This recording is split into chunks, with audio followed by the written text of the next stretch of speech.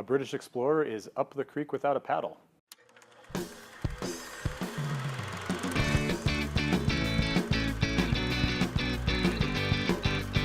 Hello everyone and welcome to Movie Reviews by Josh. My name is Josh Terry and today I'm going to be telling you about the lost city of Z. Actually, I'm going to be telling you about the search for the lost city of Z, which is the subject of the latest addition to the mysterious quest up a dangerous river genre of movies. You may remember, if you've seen Apocalypse Now, that's kind of one of the great ones. And then, of course, there's Aguirre, The Wrath of God, which if you like Werner Herzog and obscure 70s art movies, you would also remember about the conquistador who goes up the river looking for the land of El Dorado and goes crazy. And maybe you don't know that, I don't know. But if you do, that's great because you're going to be better prepared for this movie because this is also set in South America. This is actually set in the early 20th century, like 1906 is when it begins. So the Lost City of Z is centered around a British explorer, a Major Percy Fawcett, who was actually a real-life person, real-life character, whose timing in his military service was a little bit awkward because when we start this movie, he's really kind of like this great, impressive soldier, and when they go on the big hunts, he's always the one who shoots the game and all this kind of thing. But because he hasn't actually been serving in war, he has no medals, and so he's still trying to seek out fulfillment.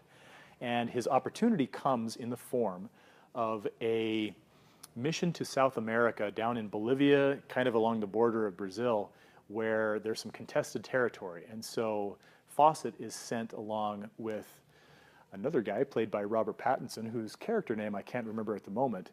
And they are sent to essentially go up this river and try to figure out, map out the area and try to broker some peace between some potentially warring factions. So the Lost City of Z actually covers multiple attempts to go up this river because at the end of the first exploration, Fawcett finds what he believes are artifacts from a undiscovered civilization from centuries earlier.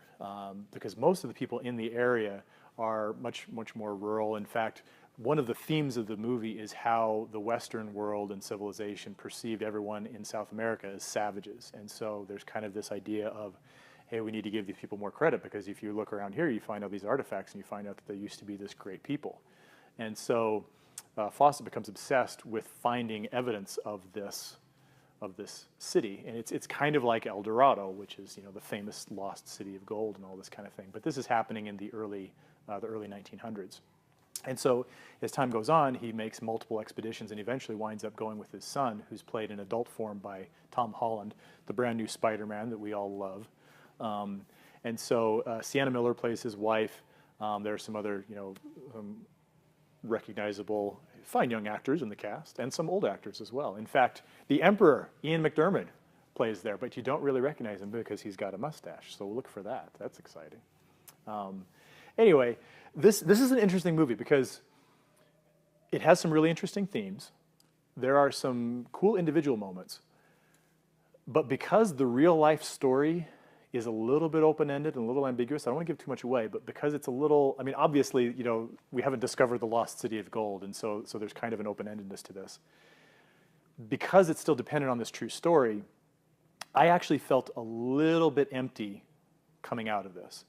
At the same time, I'm not really advocating for them to completely change or rewrite history for the sake of the movie, but as a result, I didn't feel like the movie was quite as good as it might have been in other situations. Does that make sense? Do you follow me here? Good. So overall, I would give Lost City of Z 3 stars out of 4. It's good. I think it'll be entertaining for a lot of people. Not really great, but there's definitely some things worth seeing here. Now, the Lost City of Z is rated PG-13, and it is a little bit more on the intense end of PG-13. There's some violence when the guys going up the river are attacked by some of the native people with spears and arrows, and some of it could be a little more on the graphic, pointy, sharp, stabby end. Also, there's not really any sexual content, but there is nudity in terms of the local population not really being into underwear side, and so be aware of that. In terms of profanity, there's little to none. There's really not a whole lot there, but so it's kind of that end of the PG-13 spectrum, if that helps. So thanks once again for watching. This has been Movie Reviews by Josh, and be sure to subscribe on your way out. Be sure to jump into the comments and share any suggestions that you have for exciting movies about people floating up rivers or anything like unto it. Maybe your favorite Sienna Miller movie. Why not? She does a really good job in this. Be sure to keep your notifications on so you know as soon as our new movie posts are posted.